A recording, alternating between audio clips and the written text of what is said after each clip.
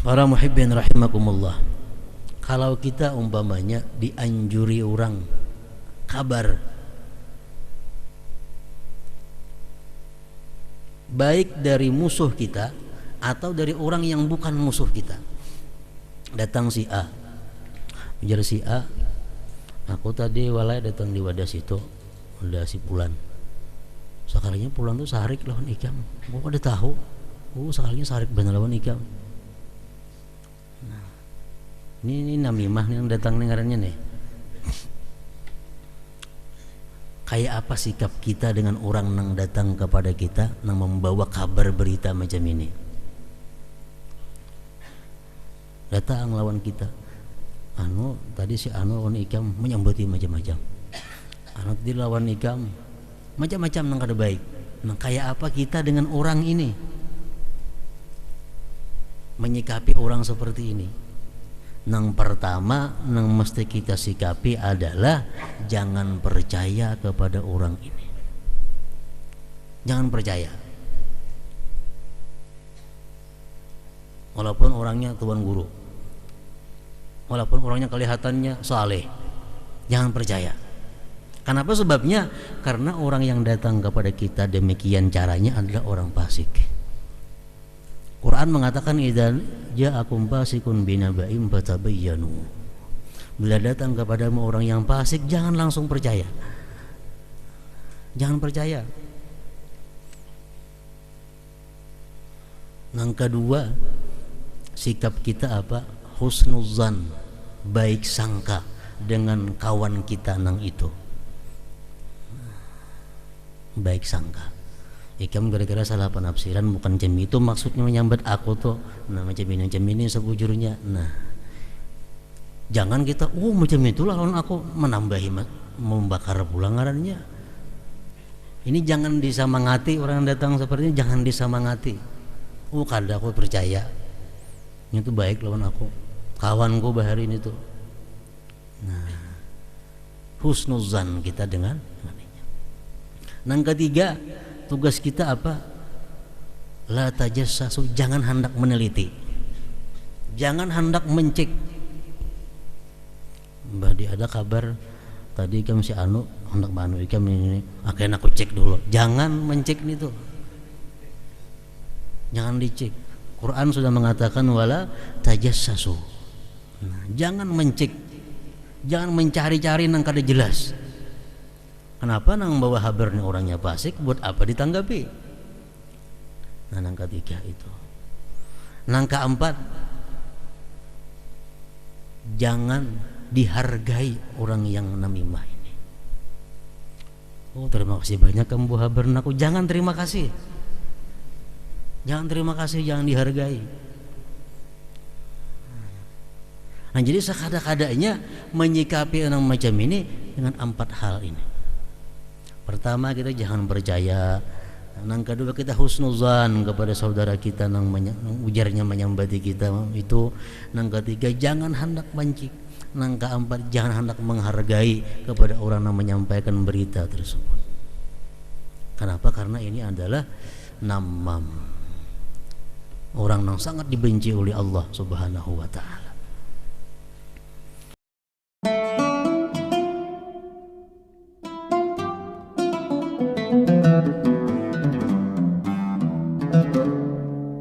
As-sadisu was-samanuna min asma'illahil husna al-muqsitu. Yang ke-86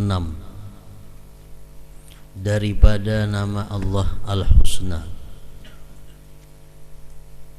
ialah Al-Muqsit. Al-Muqsit itu maksudnya huwallazi yantasibu lil mazlum minaz zalim. Dialah yang menganjurkan bagi orang yang dizalim agar memaafkan orang yang menzalim. Ini Al-Muqsit. Dialah Tuhan yang meminta, yang memohon, Tuhan yang memohon kesadaran, keinsafan orang yang dizalim ini agar memaafkan orang yang menzalimnya. Dan Allah dengan namanya Al-Muqsit ini meiming-imingi memberikan sesuatu yang sangat besar kepada orang yang dizalim itu bila mana dia mau memaafkan orang yang menzalimnya. Nah, ini Al-Muqsit.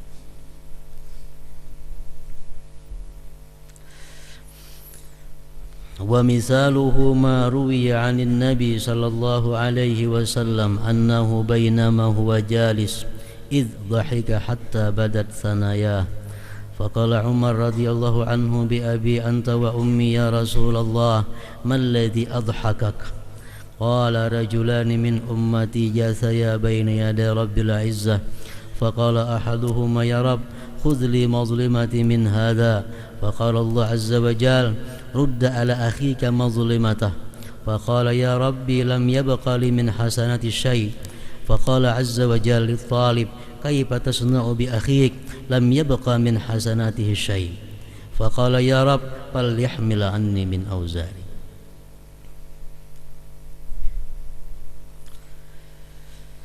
Sewaktu Rasulullah sallallahu alaihi wasallam duduk, tiba-tiba beliau tertawa sendiri. Nabi tertawa sendiri sehingga kelihatan gigi-gigi beliau. Sayyidina Umar di samping Nabi bertanya, "Ma adhakak ya Rasulullah?" Apa yang membuat engkau tertawa hai Rasulullah? Kenapa engkau tertawa hai Rasulullah? Nabi kita menjelaskan, ujar Nabi kita, ada dua orang daripada umatku, satu yang dizalim, satu yang menzalim. Kedua-duanya ini bertekuk lutut di hadapan Allah nantinya di hari akhir. Yang dizalim ini berkata, "Hai Tuhanku, ambilkan kezaliman itu untukku."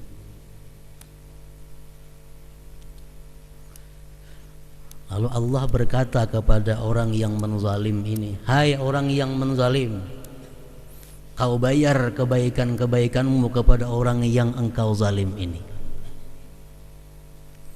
Kamu mesti bayar kebaikan-kebaikanmu, ibadah-ibadahmu kau bayar untuk orang yang pernah kau zalim di dalam dunia." Ujar yang menzalim, "Ya Rabb, lam yabqali min hasanati syai'." Ulun sudah tidak punya apa-apa lagi. Habis sudah. Macam-macam dibayari.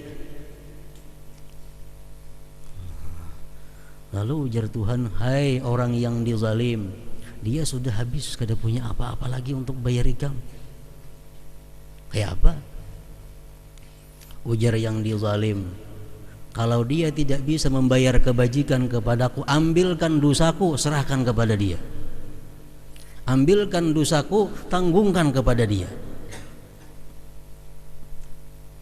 Summa fadat ayna Rasulullah sallallahu alaihi wasallam bil buka.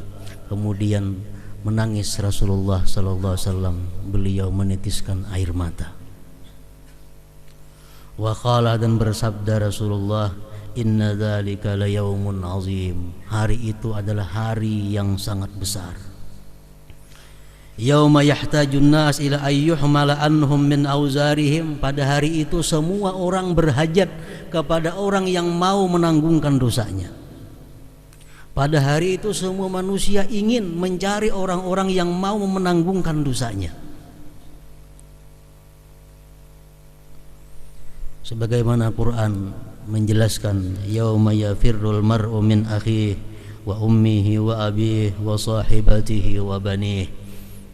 Al-Quran mengatakan bahwa pada hari itu seseorang lari daripada saudaranya, lari daripada ibunya, lari daripada bapaknya, lari daripada istrinya, dan lari daripada anaknya. Karena apa? Karena takut kalau mereka itu menuntut hak kepadanya. Pada hari kiamat itu kita melihat ibu kita, kita lari. Karena khawatir kalau kita dalam dunia kurang bakti kepada beliau, beliau akan menuntut sesuatu kepada kita. Kita melihat istri kita lari karena kita khawatir kalau selama dalam dunia kita kurang tanggung jawab kepada istri dan dia akan menuntut kepada kita. Kita melihat anak kita lari karena khawatir anak akan menuntut sesuatu kepada kita. Karena pada hari itu semua manusia ingin agar dosanya ditanggung oleh orang lain. Hanya satu ada yang tidak lari, yaitu junjungan kita Rasulullah sallallahu alaihi wasallam. Di waktu para nabi-nabi yang lainnya semua berkata nafsi-nafsi, diriku, diriku, Rasulullah yang berkata analaha, analaha, akulah nanti yang akan mengurus semua itu, akulah nanti yang akan memberikan syafaat kepada itu. Sudah Rasulullah SAW diizinkan Allah memberikan syafaat kepada mereka, baru mereka manusia-manusia tenang, tidak berlari-lari melihat temannya, melihat saudaranya, melihat ibunya. Rasulullah diberi izin memberi syafaat, kemudian nabi-nabi diberi izin memberi syafaat, para aulia-aulia dan para ulama salihin dan para syuhada pun diberi izin memberi syafaat.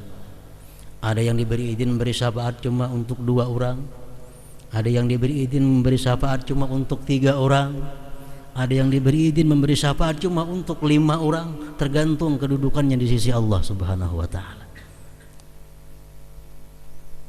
Nah, jadi ujar Tuhan, ini sudah habis. Wahai orang yang dizalim, orang yang menzalim kamu sudah habis, tidak punya apa-apa. Ujar yang dizalim tadi, dosaku tanggung kepada dia, tanggungkan kepada dia.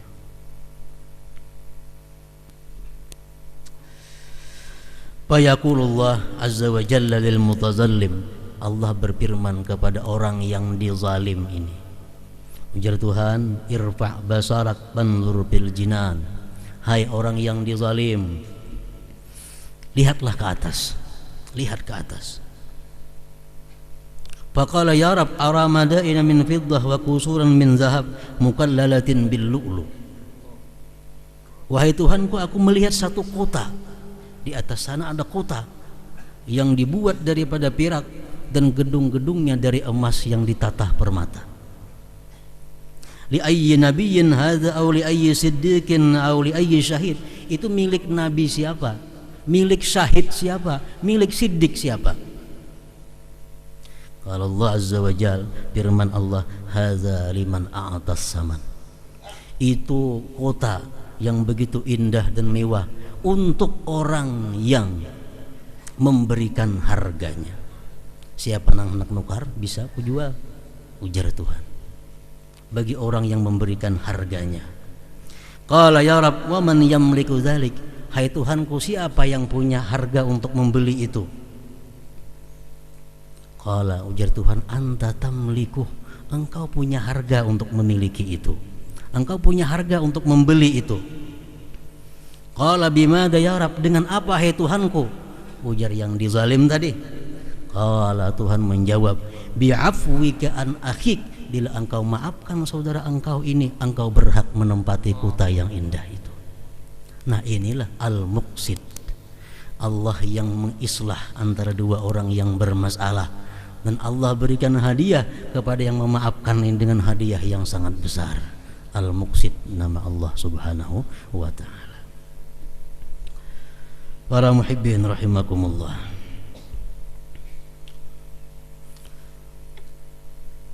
Allah memohon, meminta, membujuk, merayu agar kita bisa memaafkan, tapi tidak mewajibkan. Allah subhanahu wa ta'ala tidak mewajibkan kepada orang yang dizalim agar memaafkan orang yang menzalim. Tidak mewajibkan. Artinya apa? Orang yang dizalim ini boleh tidak memaafkan, namun yang paling baik, yang paling afdal adalah memaafkan. Nah, dengan demikian para muhibbin rahimakumullah, ada 4 kelompok manusia menyikapi tentang al-muqsid ini. Pertama, ada manusia-manusia yang memaafkan orang yang menzalim dirinya. baik itu dirinya, hartanya, keluarganya, atau apa saja dia maafkan.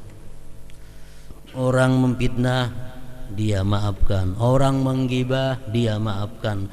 Orang menganiaya hartanya, mencuri hartanya, dia maafkan. Semua yang zalim kepada dia, dia maafkan. Ini orang yang benar-benar beriman kepada Al-Muqsit.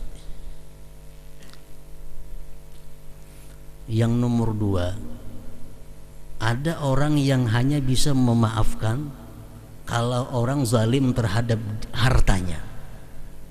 Kalau orang mencuntan hartaku, mencuntan buah ampunku, mencuntan sepidaku, mencuntan sandalku, aku maafkan.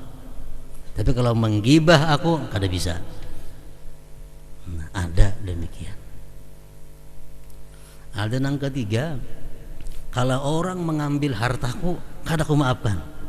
Tapi kalau menggibah aku, memfitnah aku, mandahkan aku apa, terserah aku maafkan. Ada juga nomor 3. Yang nomor 4, siapapun yang menzalim aku, baik hartaku, baik peribadaku, sekecil apapun, kada aku maafkan. Akan aku minta balas di sisi Allah nantinya. Nah, ada. Kesemuaan itu adalah diduduki oleh para aulia Allah Subhanahu wa ta'ala. Ada para aulia yang demikian. Ada aulia yang demikian berkata bahwa aku tidak akan memaafkan orang yang menzalim aku sekecil apapun. Ada yang seperti nomor 1 tadi, semuaan dimaafkan. Nah, karena Allah Subhanahu wa ta'ala dalam hal ini kadang mewajibkan kepada kita untuk memaafkan. Cuma menganjurkan dan memberi himbauan, memberi hadiah yang besar kalau kita mampu memaafkan kezaliman orang-orang yang zalim terhadap diri kita. Pilih aja anak 4 namanya, antara 4 itu kada luput. Cuma mun 4 nam pertama jangan disuarakan, jangan diumumkan, cukup dalam hati aja. Ngapang diumumkan siapa yang menzalim hartaku, aku maafkan, habis pun kita. Dalam hati cukup. Dalam hati, antara mengambil hartaku, menggibah aku, mengambil harta bendaku, aku maafkan. Cukup dalam hati. Para muhibbin rahimakumullah. Al-mu'min bismillahil muqsit ay yakuna muslihan baina zatil bain. Kalau kita beriman dengan nama Allah Al-Muqsit, maka bahwa adalah dia menjadi orang yang mendamaikan di antara dua orang yang bermasalah. Nah, ini buah iman. Kita beriman bahwa Allah sedemikian rupa dengan orang yang zalim menzalim tadi, sedemikian rupa. Kita pun mestinya demikian. Artinya apa? Kita mesti mendamaikan kalau ada di antara A dengan B atau B dengan C ini permasalahan atau pertengkaran. Nah, kita mendamaikan, islah. Ayyakuna muslihan baina zatil bain. Macam doa kita dalam tiap-tiap tawassul. Anallahu al-karim yu'allifu baina qulubina wa yuslihu zata bainina wa yahdina ila siratim mustaqim. Semoga Allah menjinakkan di hati-hati kita, semoga Allah mempersatukan hati kita dan mengislah, membaguskan orang-orang yang bermasalah di antara kita. Nah, membaguskan, mempatutkan, mendamaikan orang yang bermasalah itu merupakan satu fadilah, keutamaan yang besar dalam amal seseorang hamba. Qala Rasulullah sallallahu alaihi wasallam, ala ukhbirukum bi afdala min darajati siyam was salati was sadaqah? Qalu bala, qala islahu zatil bain idza taqata'u. Rasulullah bersabda kepada sahabatnya, adakah mau kalian aku kabarkan dengan sesuatu yang lebih afdal daripada puasa, lebih afdal daripada sembahyang, lebih afdal daripada sedekah? Tentunya yang sunat-sunat. Mau, kata sahabat. Rasulullah menjawab, islahu zatil bain, mendamaikan orang yang sedang bertengkar, mendamaikan orang yang sedang berperkara. mendamaikan orang yang sedang bermasalah bila mereka sudah taqata'u, saling memutuskan hubungan. Rasulullah sallallahu alaihi wasallam bersabda lagi, afdalun nas indallahi ta'ala yaumal qiyamah thawaban anfa'uhum linnas fid dunya wa innal mutaqarribina indallahi yaumal qiyamah al-muslihuna bainan nas. Paling afdal manusia kata Rasulullah di sisi Allah pada hari kiamat nantinya, pahalanya orang yang paling berguna bagi manusia di dalam dunia ini. Dan orang-orang yang dekat di sisi Allah pada hari kiamat adalah orang-orang yang suka mendamaikan, suka mengislah antara orang-orang yang bertengkar, suka mendamaikan orang-orang yang bermasalah. Ini orang yang dekat dengan Allah di hari kiamat nantinya. Dan yang lebih afdal lagi, kalau kita mendamaikan dua orang yang bertengkar ini, kita mampu mengiming-imingi mereka dengan sesuatu pemberian, sebagaimana kita mengetahui Allah Subhanahu wa taala tadi mengiming-imingi hadiah yang besar bagi orang yang mau memaafkan orang yang menzalimnya. Rasulullah SAW bersabda, kullul kadhib yuktabu ala ibni Adam illa rajulun kadzaba bainal muslimaini liyusliha bainahuma. Tiap-tiap dusta itu ditulis atas manusia, kecuali dusta antara dua orang Islam untuk mendamaikan antara keduanya. Nah, ini kata ditulis oleh Allah. Begitu hebatnya kedudukannya mendamaikan dua orang yang bertengkar ini, sehingga apapun ucapan kita yang dusta, kata dicatat dusta oleh Allah Subhanahu wa taala. Artinya macam apa? Ini A lawan B bertengkar. Nah, kita mengetahui hal ini, lalu kita ada usaha untuk mendamaikan. Nah, kita datangi kepada si A, datang, aku tadi bertemuan si B. Si B tadi memuji lawan Ikam, ini ketujuh lawan Ikam, ini salut lawan Ikam, Ikam baik ini. Walaupun semua dusta. Kayaknya datang pulang kepada si B, biar aku datang di wadah si A. Lawan Ikam hormat bananinya, sayang benar, ketujuh benar. Kada ada nyambat Ikam nang kada baik, kada ada. Nah, ini islah. Walaupun itu dusta, kata dicatat oleh Allah Subhanahu wa taala. Ini kehebatannya orang islah zatil bain. Nah, lawanannya islah ini apa? Orang yang beriman kepada al-muqsid, dia akan suka islah, suka mendamaikan orang yang bertengkar, orang yang bermasalah. Orang yang tidak mendapatkan buah iman al-muqsid ini suka namimah, suka adu domba, provokator, suka adu domba.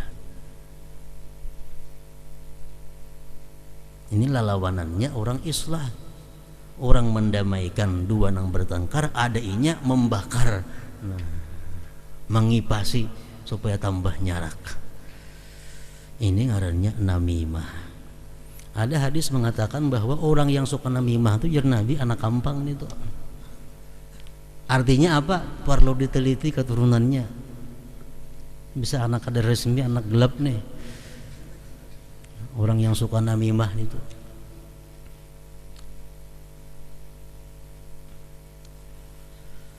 Rasulullah mengatakan, wa inna abghadakum ilallah al-masya'un bin namimah al-mufarriqun bainal ikhwan al-multamisun lil bara'il asarat.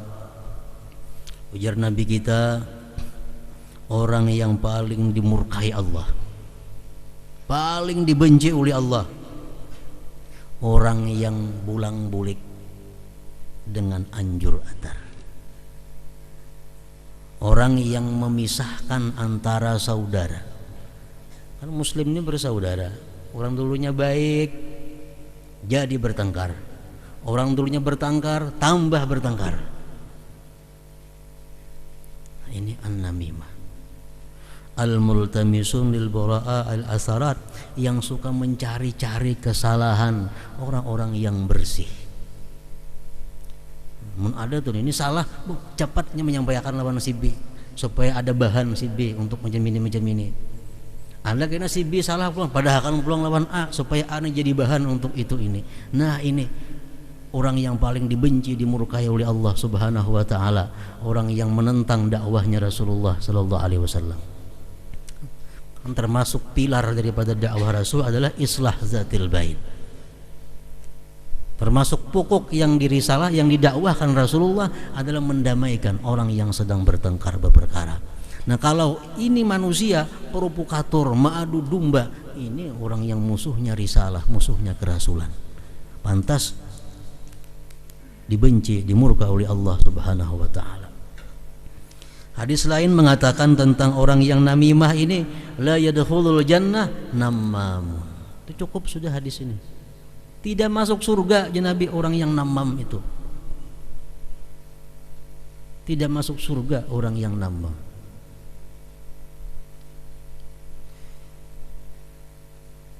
Para muhibbin rahimakumullah. Nah, dengan demikian keimanan kita kepada al-muqsid ini, bahwa kita tertarik, kita suka mendamaikan orang-orang yang sedang bertengkar, orang-orang yang sedang dalam masalah, walaupun mengeluarkan biaya, walaupun mengeluarkan tenaga, pikiran dan sebagainya, asal orang yang bertengkar ini menjadi damai.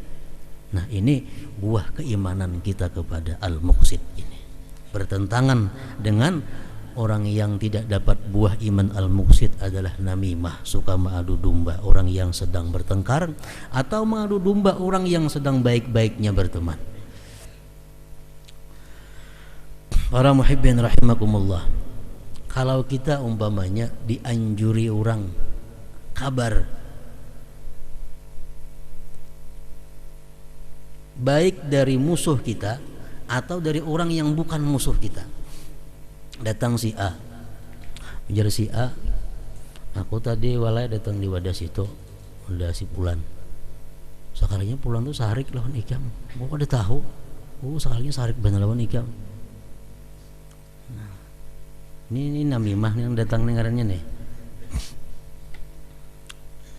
Kayak apa sikap kita dengan orang yang datang kepada kita, yang membawa kabar berita macam ini? Datang lawan kita, tadi si lawan ikam menyambuti macam-macam, tadi lawan ikam macam-macam nang kada baik. Nah kayak apa kita dengan orang ini, menyikapi orang seperti ini? Nang pertama nang mesti kita sikapi adalah jangan percaya kepada orang ini. Jangan percaya, walaupun orangnya tuan guru, walaupun orangnya kelihatannya saleh, jangan percaya. Kenapa sebabnya? Karena orang yang datang kepada kita demikian caranya adalah orang fasik. Quran mengatakan idza ja'akum fasiqun binaba'in fatabayyanu. Bila datang kepadamu orang yang fasik, jangan langsung percaya.